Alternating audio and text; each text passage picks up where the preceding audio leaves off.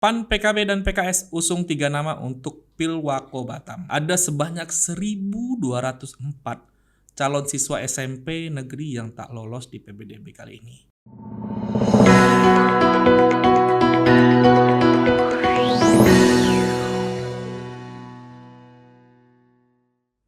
Assalamualaikum warahmatullahi wabarakatuh. Bertemu lagi sama saya Juanda dalam Hot News 4 Juli 2024. Nih, agak berbeda ya suasananya Hot News kali ini. Nah, saya akan menyampaikan nih beberapa berita yang terhot lah di Batam atau Kepri dalam sehari ini. Nah, berita pertama itu mengenai ini ya,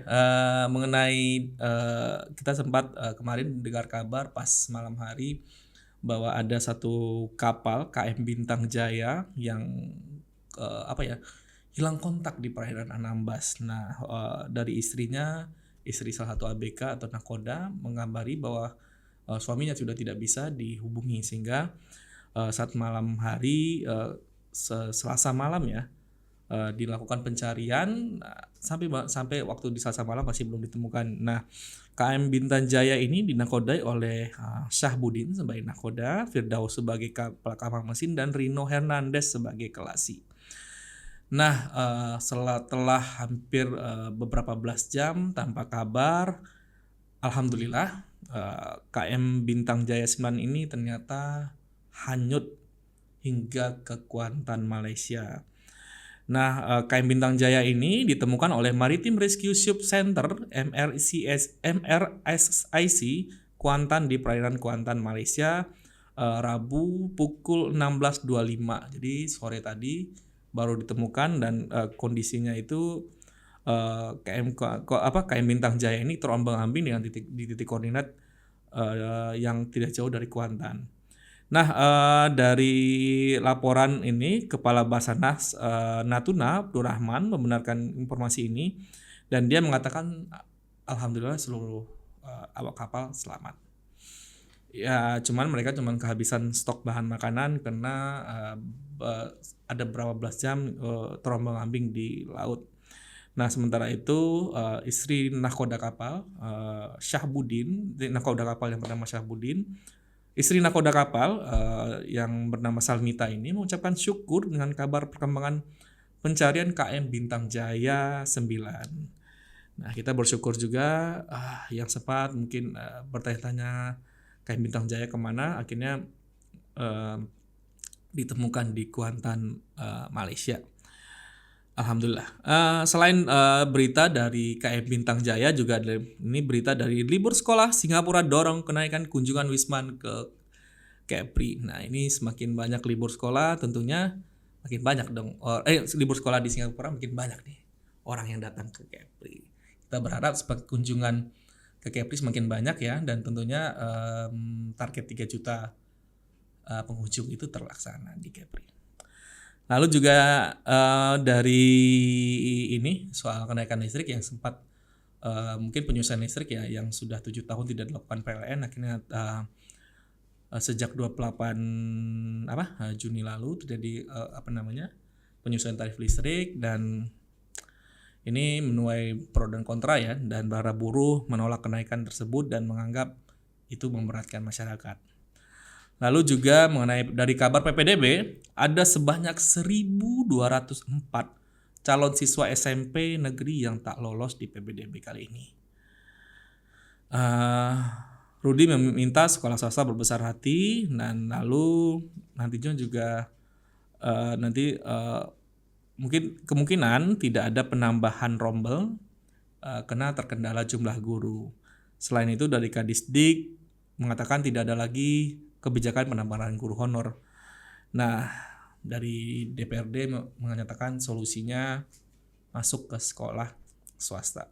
Ya, kita berharap yang tidak diterima ini adalah orang-orang yang mungkin mampu dan bisa menyekolahkan anaknya di sekolah swasta ya. Namun jika memang tidak mampu, kita berharap ada kebijakan dari pemerintah Kota Batam sehingga bisa masyarakat yang tidak tertampung di sekolah negeri ini bisa dapat tertampung. Lalu juga dari kabar politik, PAN, PKB, dan PKS usung 3 nama untuk Pilwako Batam, namun belum memutuskan nih satu nama siapa yang akan maju. Nah, dari beberapa nama-nama yang bermunculan itu ada 3 nama yang kuat ini. Sakar, Marlin dan Lee Claudia Chandra. Nah, 3 nama ini cukup panas nih. Cukup beredar nama ini beberapa sudah beredar di masyarakat Batam. Mungkin masyarakat Batam melihat nih balihonya di mana-mana nih, balihonya Sakar, di Claudia Chandra, lalu juga dari Bu Marlin nih balihonya ramai di Batam. Lalu juga ada nama-nama lainnya yang juga balihonya bertebaran itu Pak Jeffrey. Kita lihat nih siapa yang akan didaftarkan oleh partai-partai ini di Agustus nanti. Nah, ini agak miris juga di Batu Haji, kabar kriminal, cekcok dengan teman kerja, buruh bangunan tewas dibakar. Waduh. Kita berharap ya jangan ada hal serupa terjadi lagi. Mungkin hal-hal yang seperti ini bisa dibicarakan dulu. Yang penting komunikasi sih sebenarnya.